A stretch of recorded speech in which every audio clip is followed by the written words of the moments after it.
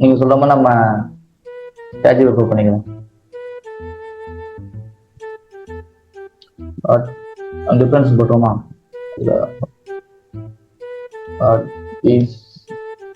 is callback period.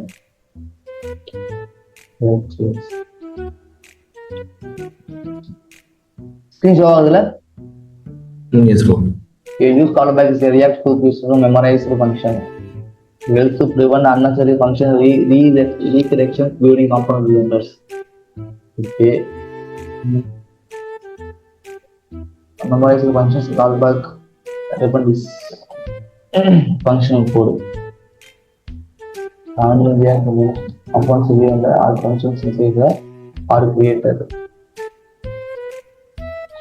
Components are all functions inside are created. நம்ம use state use பண்ணும்போது ஒரு page ரீஎண்டர் ஆகுது இல்ல, நம்ம யூஸ் ஸ்டேட் ரீஎண்டர், அந்த ரீஎண்டர் ஆகுற சமயத்துல வந்து when a component re-renders all functions inside are recreated. நம்ம எப்படின்னா எப்பெல்லாம் ரீஎண்டர் ஆகிறோம் அப்பெல்லாம் வந்து ஃபங்க்ஷன்ஸ் ரீக்ரியேட் மாதிரி சொல்லியிருக்காங்க. அப்போ எப்படி சொல்றேன்னு வச்சுக்கோங்களேன், நான் ஒரு எதுக்காக நம்ம ரீஎண்டர் ஆகும்போது என்ன புதுசாக என்ன கிரியேட் ஆகும்னா, இப்போ ஒரு இமேஜ் எடுத்துப்போம், ஒரு இமேஜ் வெப்சைட் எடுத்துப்போம். இமேஜ் வந்து ஒரு எடிட் பண்றீங்க, ஒரு கேன்வா யூஸ் பண்ணி வந்து நான் பேக்ரவுண்ட் இமேஜ் வந்து ரிமூவ் பண்றேன் அப்படின்னு பட்சத்துல ஒரு இமேஜ் இருக்கா, அப்ப நான் வந்து ஒரு ஸ்டேட் யூஸ் பண்ணி இமேஜ் அப்லோட் பண்றேன், சப்மிட் கொடுக்குறேன். சப்மிட் கொடுத்து அவங்க ஒரு ரீஎண்டர் ஆகுறா, அந்த ரீஎண்டர் ஆகிற டைம்ல வந்து எனக்கு இமேஜ் பேக்ரவுண்ட் ரிமூவ் ஆகுது. ஸோ அப்போ அங்க ஒரு இமேஜ் வந்து ரீக்ரியேட் ஆகுது இல்ல, ஸோ அந்த மாதிரி கூட வச்சுக்கலாம். ஒரு இமேஜ் இருக்கு, எனக்கு பேக்ரவுண்ட் வந்து ஒரு சும்மா மரமோ செடியோ இருக்கு, அதை ரிமூவ் பண்ணிட்டு ஃபுல்லா ஒயிட்டா மாத்தோம்னா அங்க ஒரு ரீக்ரியேட் ஆகுதுல்ல, இந்த மாதிரி விஷயத்துக்கு யூஸ் பண்றாங்க. இப்போ நீங்க பாத்தீங்கன்னா ஃபர்ஸ்ட் ஒரு மெமரிஸ் ஃபங்க்ஷன் நேம் அது விட்டுருங்க. இந்த யூஸ் கால் பேக் இருக்குல்ல, இந்த யூஸ் கால் பேக் தான் ஃபங்க்ஷன் நேம். அதுக்குள்ள வந்து ஒரு யூஸ் ஸ்டேட்டுக்கான ஃபங்க்ஷன் எழுத முடியும், யூஸ் செப்பரேட்டுக்கான ஃபங்க்ஷன் எழுத முடியும், இல்லை வந்து நீங்க இண்டிவிஜுவல் உங்களோட வந்து ஹியூமனைஸ்டு ஃபங்க்ஷனல், அதாவது நம்ம ஃபங்க்ஷன் போட்டு ஆன் கிளிக் போட்டோம், ஹேண்டில் கிளிக் போட்டோம்ல, இந்த மாதிரி ஃபங்க்ஷன் நம்ம எழுதிட்டு அந்த நம்ம வச்சு நம்ம கால் பண்ணும்போது எப்பெல்லாம் ரீஎண்டர் ஆகும் அப்பெல்லாம் வந்து ஃபங்க்ஷன் வந்து ரீக்ரியேட் ஆகும் அப்படி சொல்றதுக்காக. இப்போ எப்படின்னு வச்சுக்கலாம், இப்போ நம்ம ஹேண்டில் ஃபங்க்ஷன் எழுதும், எப்பெல்லாம் ஒரு கிளிக் பண்ணும்போது ஒரு ஃபங்க்ஷன் மேலே அலர்ட்னு வருதோ அப்பெல்லாம் வந்து எனக்கு வந்து ஒரு புதுசாக ஒன்று கிரியேட் ஆகணும் அப்படிங்கிற பட்சத்தில் நம்ம வெறுமனே வந்து பிரிண்டிங் மட்டும் தான் போட்டுக்கணும். பட் அதில் பிரிண்டிங்கை தாண்டி ஒரு கால்குலேஷன் போடலாம், அதில் வந்து ஒரு பேஜ் வந்து ரிஃப்ரெஷ் ஆகும்போது யூஐ சேஞ்ச் ஆகிற மாதிரி, யூஐக்கு புதுசாக யூஐ கிரியேட் ஆகிற மாதிரி. இப்போ நீங்கள் பார்த்தீங்கன்னா ஒரு புக்கிங் ஒரு பட்டன் இருக்கு, டக்குன்னு நம்ம கிளிக் பண்ணோடனே புக்குன்னு மாறுதா, புக்குன்னு அந்த பட்டன் கலரும் மாறும், உள்ள டெக்ஸ்ட்டும் மாறும், கரெக்டா? ஸோ இந்த மாதிரி ரீக்ரியேட் பண்றதுக்காக நம்ம வந்து யூஸ் கால் பேக் யூஸ் பண்ணலாம். ஓகே, இன்னும் கொஞ்சம் டெப்தா பார்க்குற மாதிரி தான் நீங்க இன்னும் அனலைஸ் பண்ணணும். அன்னெசரி யூஸ் கால் பேக் கன்சோல் போட்டாங்களா, ரிட்டர்னுக்குள்ள வந்து இந்த கவுண்டர் கால் பண்ணிக்காங்க. ஓகே, ஸ்டேட் நம்ம ஸ்டேட் சொன்னேன், ஸ்டேட் யூஸ் பண்ணிட்டு அதுக்கப்புறம் வந்து யூஸ் பண்றாங்க பாருங்க. எப்பெல்லாம் ஸ்டேட் யூஸ் பண்றாங்களோ அப்பெல்லாம் வந்து இது இப்போ என்ன யூஸ் கால் பேக் யூஸ் பண்றாங்க. நான் ஸ்டேட் யூஸ் பண்ணுமா ஒரு பேஜ் ரீஎண்டர் ஆகும், அப்பெல்லாம் ஸ்டேட் யூஸ் பண்றோமோ அப்பெல்லாம் ஒரு பேஜ் ரீஎண்டர் ஆகும். ஸோ அந்த சமயத்துல வந்து யூஸ் கால் பேக் யூஸ் பண்றாங்க.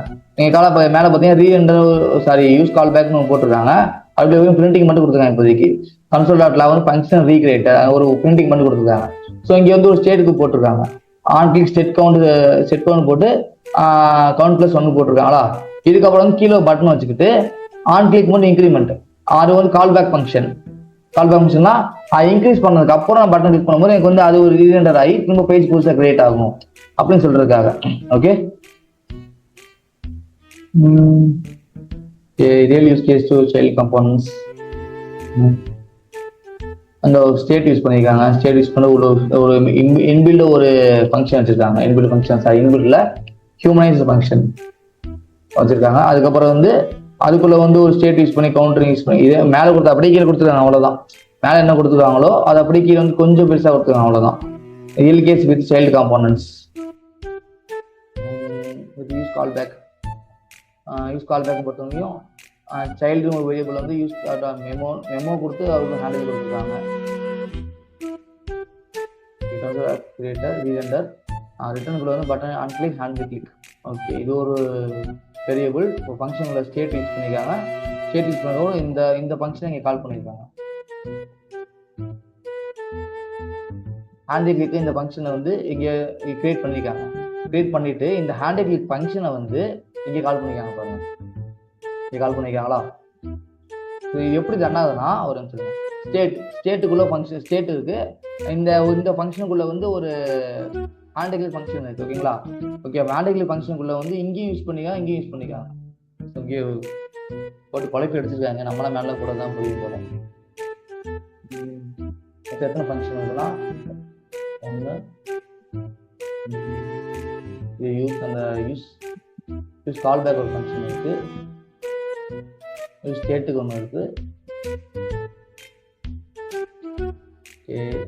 பட்டன் அன்கிளிக் செட் கவுண்ட் இது வந்து ஸ்டேட்டுக்கான வேல்யூ. இதை விட்டுடலாம். ஸ்டேட் அப்பெல்லாம் இருந்தாலும் அப்பெல்லாம் வந்து பேஜ் புரிஞ்சு. இங்கே வந்து நம்ம சைல்டு ஒரு வேரியபிள் கிரியேட் பண்ணிக்கோமா, அதுக்குள்ள நம்ம ஃபங்க்ஷன் எழுதியிருக்கோம். யூஸ் ரியாக்ட் மெமோ யூஸ் பண்ணிட்டு ஹேண்டில் கிளிக் பண்ணிட்டு அது இது ஃபுல்லாகவே வந்து இந்த சைல்டுக்குள்ளே இருக்குது. ஸோ இப்போ நான் என்ன பண்ணுறேன்னா இந்த பட்டன் இது வந்து ஸ்டேட்டை விட்டுருங்க. ஸ்டேட் முடிஞ்சதுக்கு அப்புறமா இந்த சைல்டை கால் பண்ணிங்க பாருங்க. இந்த சைல்டு வேரியபிள் இங்கே கால் பண்ணியிருக்கேன். இங்கே கால் பண்ணியிருக்கேன்னா அந்த சைல்டுக்கு ஒரு வேரியபிள் நேம் வச்சு ஹேண்டில் கிளிக். இங்கே நேம் என்ன வேணால் மாற்றிக்கலாம்.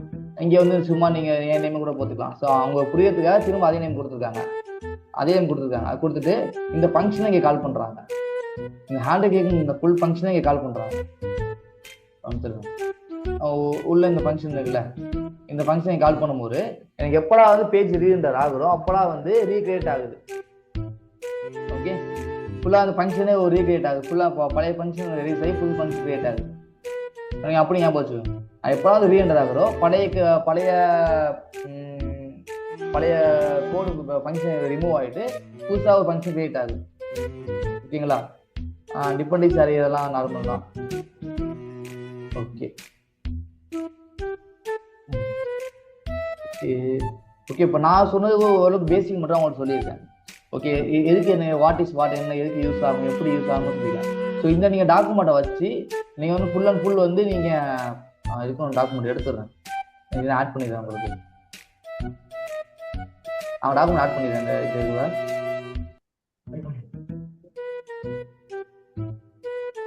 அந்த கோடை இம்ப்ளிமெண்ட் பண்ணிடுறேன். இந்த கோடை பண்ண ஓகே தான் உங்களுக்கு? இல்லை வேற எந்த? Okay okay. ஓகே ப்ரோ, இப்போ நான் டாக்குமெண்ட் ஷேர் பண்ணுறேன். இந்த டாக்குமெண்ட் நீங்கள் இதை வச்சு சும்மா ஒரு நார்மல் தான். பட்னா நீங்கள் வந்து இதை வச்சு இந்த டாபிக்ஸ் இன்னும் கொஞ்சம் டெப்த் அனலைஸ் பண்ணி பாருங்கள் ஃப்ரீ டைம் இருந்துச்சுன்னா. ஓகேங்களா? ஏதாச்சும் டவுட்ஸ் இருக்கும்போது கால் பண்ணுங்கள். நம்ம சேர்ந்து டிஸ்கஸ் பண்ணி அதுக்கான அவுட்புட் கண்டுபிடிச்சு பார்க்கலாம். ஓகே, நீங்கள் கர்சர் ஏ யூஸ் பண்ணிருக்கீங்களா? கர்சர் ஏ இல்லை ப்ரோ. இல்லை, இப்போ நான் நேற்று சர்ச் பண்ணி பார்த்தப்ப மாங்கோடிபி நோட்டிஃபிகேஷன் எந்த டூல் எந்த ஏ கரெக்டாகும் நான் சர்ச் பண்ணி பார்த்துருக்கேன். அவன் என்ன சஜஸ்ட் பண்ணாங்கன்னா கர்சர் ஏ நீங்கள் யூஸ் பண்ணி பாருங்க. நான் சொல்லிட்டேன் ஆன்டிஆவிட்டியா. சரி, ஃப்ரண்ட் அண்ட் ஆன்டிஆவிட் டூலில் வந்து யூஸ் பண்ணி கம்ப்ளீட் பண்ணியாச்சு. நெக்ஸ்ட் வந்து மாங்கோடிபி அந்த நோஜேஸ் நான் யூஸ் பண்ணணும் அப்படிங்கிற பட்சத்தில் வந்து நீங்கள் கர்சர் யூஸ் பண்ணி பாருங்க. சொன்னால் அதுவே ஆட்டோமேட்டிக்காக வந்து ஃப்ரண்ட் அண்ட் ஆன்டிஆவிட் ஓகே, பட் பேக் ஹேண்டுக்கு வந்து கர்சர் யூஸ் பண்ண சொல்கிறாங்க. நம்ம இன்ஸ்டால் பண்ணி பார்க்கலாமா? கர்சர் ட்ரை பண்ணி பார்க்கலாமா? நீங்க இப்போ டேட்டாபேஸ்க்கு சொல்றீங்களா ப்ரோ? டேட்டாபேஸ் எல்லாமே இன்க்ளூட் ஆயிடும். மாங்கோடிபி வால்ட் சர்வர் இருக்குல பைலட் யூஸ் பண்றேன்னு சொன்னீங்க, அதனால கேட்டேன். புரியல ப்ரோ? டேட்டாபேஸ் பைலட் யூஸ் பண்ற மாதிரி சொல்லிருந்தீங்க பிஃபோர், அதனால கேட்டேன். ஆமா கோபைலட் சொல்லியிருந்தேன். பட் இப்போ நேற்று சர்ச் பண்ணும்போது நான் எப்படி சொன்னா எஸ்கியூஎல் நம்ம MS SQL MySQL அந்த மாதிரி உங்களுக்கு வந்து கோபைலட் நல்லா இருக்குன்னு சொன்னாங்க. பட் ஆனால் இப்போ நான் ஒரு கம்ப்ளீட்டாக வெப் அப்ளிகேஷனுக்கு வந்து இங்கேயே நான் வந்து ஒரு எப்படி சொல்கிறேன்னா, நீங்கள் எப்படி இங்கே டேபிள் கிரியேட் பண்ணீங்க முன்னாடி என்ன மாதிரி பண்ணிருக்கீங்க? தனியாக ஒரு மாங்கோடிபி அந்த அப்ளிகேஷன் போயிட்டு கிரியேட் பண்ணிக்கலாம், டெர்மினலே கிரியேட் டேபிள் அந்த மாதிரி கொடுத்து பண்ணிருக்கீங்க. என்ன ப்ரோ? டெர்மினலே கொடுத்துருக்கீங்களா? ஓகே, நாங்கள் எப்படி பண்ணிக்கிறோம்னா தனியாக ஒரு டேட்டா வைஸ் அப்ளிகேஷனுக்காக ஒரு MS SQL யூஸ் பண்ணிக்கிறோம். ஸோ அங்கே வந்து அந்த சர்வர் ஏற்றிட்டு நாங்கள் அதுக்குள்ளே வந்து கிரியேட் பண்ணி பார்க்குறது, பானிக்கு அப்புறமேட்டு அந்த ட்ரிகர்ஸு இன்செர்ட் அந்த மாதிரி விஷயங்கள்லாம் ட்ரை பண்ணி பார்த்துட்டு அதுக்கப்புறம் தான் வந்து அந்த டேபிள் இங்கே ஃபெச் பண்ணி கொண்டு வர மாதிரி வச்சுருந்தோம். நாங்கள் அப்படியே இது வரைக்கும் பண்ணிக்கிட்டு இருந்தது. ஸோ இந்த டைமில் பண்ணும்போது வந்து மாங்கோடிபி வந்து எனக்கும் புதுசுறோம். நான் வரைக்கும் வந்து ஃபுல்லாகவே அந்த மாதிரியும் பண்ணியிருக்கேன். திரும்ப நம்ம ட்ரை பண்ணும்போது வந்து கர்சர் யூஸ் பண்ணி பண்ணவும் பெட்டராகவும் தோணுச்சு. ஸோ உங்களுக்கு என்ன சஜஷன் நீங்கள் சர்ச் பண்ணி பாருங்கள். சர்ச் பண்ணி பார்த்துட்டு எது பெஸ்ட்டுன்னு பார்த்து நம்ம அது மாதிரி போயிடலாம். ஓகே. ஓகே, நீங்கள் ஸ்க்ரீன் ஷேர் பண்ணி சர்ச் பண்ணி பாருங்கள் எந்த இது பெஸ்ட்டாக இருக்கும். நீங்கள் கிளியராக சொல்லுங்கள். இ-காமர்ஸ் அப்ளிகேஷன்ஸில் வந்து front and anti level complete பண்ணிட்டோம் Node.js, சாரி React.jsல. நெக்ஸ்ட்டு வந்து டேட்டாபேஸ் அந்த Node.js நான் மூவ் ஆன் ஆகும்போது எந்த மாதிரி ஒரு ஏஐ டூல் யூஸ் பண்ணலாம், இந்த மாதிரி ஒரு பெஸ்ட்டாக இருக்கும் அந்த மாதிரி கேட்கணும். ஏன்னா இப்போ நம்ம MongoDB ஸ்கீமாஸ்லாம் பெட்டராக கொடுக்கணும். சாரி, அந்த கர்சையை கொடுக்கணும் நான் சர்ச் பண்ணியிருந்தேன்.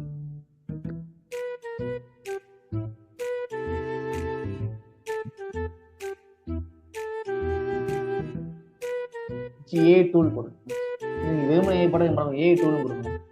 AI tool for MongoDB development, ChatGPT, cursor AI coding editor. கீழே ஸ்க்ரோல் பண்ணுங்க. நீங்கள் சொன்னீங்களே அட்லஸ். MongoDB அட்லஸ் வந்து அட்லஸ் ஏஐ விட்டுருக்காங்க. இது அட்லஸ் நம்ம MongoDB நம்ம ஹோஸ்ட் பண்ணுவோம்ல, சர்வரில் ஹோஸ்ட் பண்ணுவோம்ல, ஸோ அதுக்கு வந்து MongoDB அட்லஸ் தான் யூஸ் ஆகும். இப்போ அட்லஸ் ஏஐ கொண்டு வந்துருக்காங்க. ஸோ அந்த இதெல்லாம் அபிஷியல் MongoDB அபிஷியல் வந்து அதுவே ஏஐ ஜென்ரேட் பண்ணி ஹெல்ப் பண்ணுறோம் மாதிரி. கீழே ஸ்க்ரோல் பண்ணுங்க, வேற ஏதாச்சும் ஆப்ஷன் இருக்கான்னு பார்ப்போம். Cursor AI, Claude AI. நீங்கள் பேக் அண்ட் டெவலப்மெண்ட் ஃபுல்லாக கேட்குங்கண்ணா. பேக் அண்ட் டெவலப்மெண்ட் இல்லை, இப்போ நீங்கள் ஃப்ரண்ட் அண்ட் கம்ப்ளீட் பண்ணியாச்சு. ஸோ வந்து நான் ஒரு பேக் அண்ட் வந்து ஃபுல்லாக ஸ்டார்ட் பண்ண போகிறேன். ஸோ எந்த டூலில் ஸ்டார்ட் பண்ணால் பெஸ்ட்டாக இருக்குன்னு கேளுங்க சேட்லேயே. இது வந்து நார்மலாக ஏன்னா நம்ம வெளியில் வந்து ஏஐ யூஸ் பண்ணிட்டு அங்கேயே நம்ம காப்பி பேஸ்ட் பண்ணுற மாதிரி இருக்கும். ஸோ அப்படி இல்லாமல் எனக்கு வந்து இப்போ மேண்டிகோட் யூஸ் பண்ணோம்ல, அதே நம்ம சேட்ல ஏஜென்ட் யூஸ் பண்ணோம்ல, ஸோ அந்த மாதிரி நான் சொல்கிறேன். இப்போ விச் ஏஐ போடுறோம்.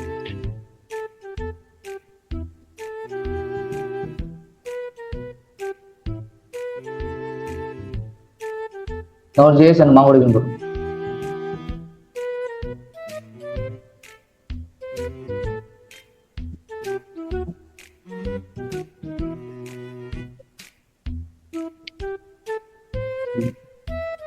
பேக்கெண்ட் கிளவுட் சொன்னீங்க, ஆனா கிளவுட் இது தெரியல.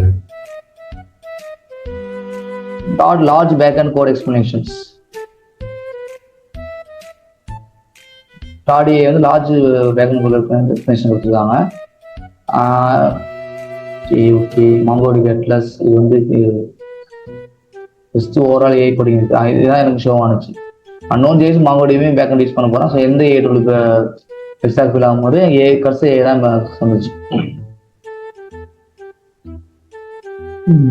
Personal proprietor widely recommended to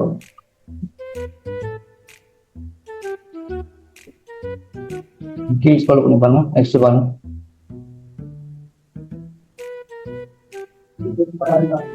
MongoDB APIs, sorry Node.js APIs, MongoDB queries, full maps, debugging, multi-piloting. Why developers like it? Understand it entire project, auto fix backend code, can generate express APIs, root React and Node.js. Okay. Example prompt.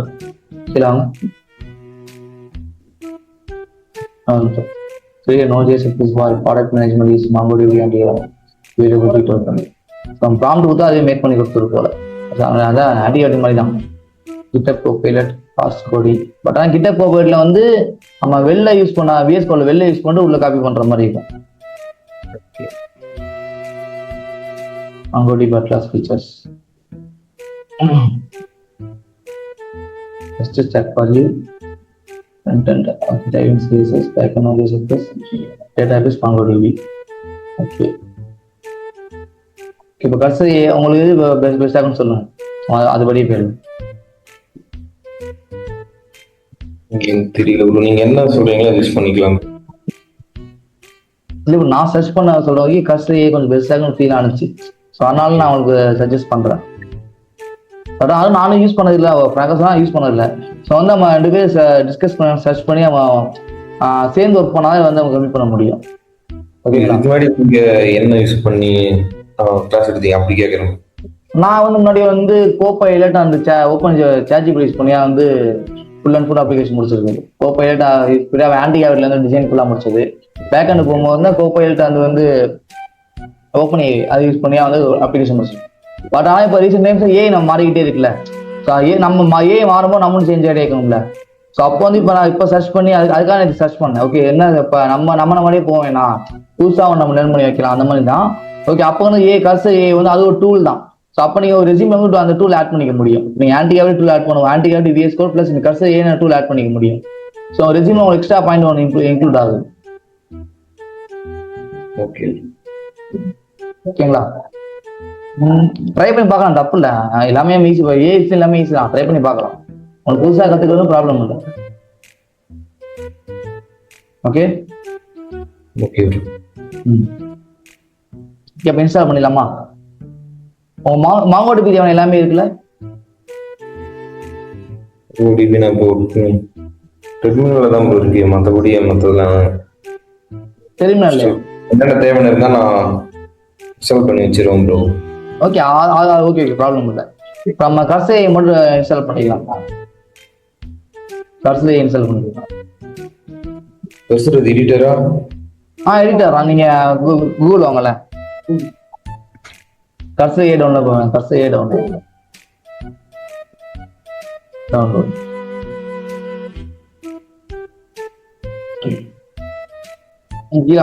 கீழே scroll பண்ணுங்க.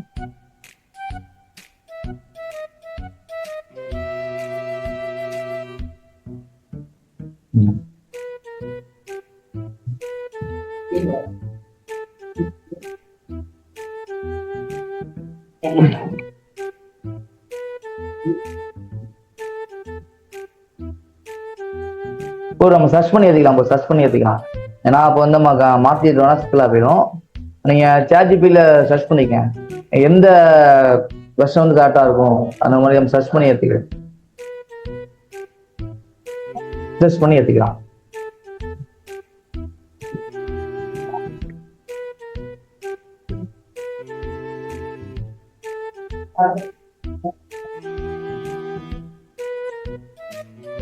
உங்க லேப்போட ஸ்பெக்லாம் போட்டுருங்க, என்ன use பண்ணி போட்டுப்போம். Find பண்ணிக்கலாமா? Okay bro, thank you.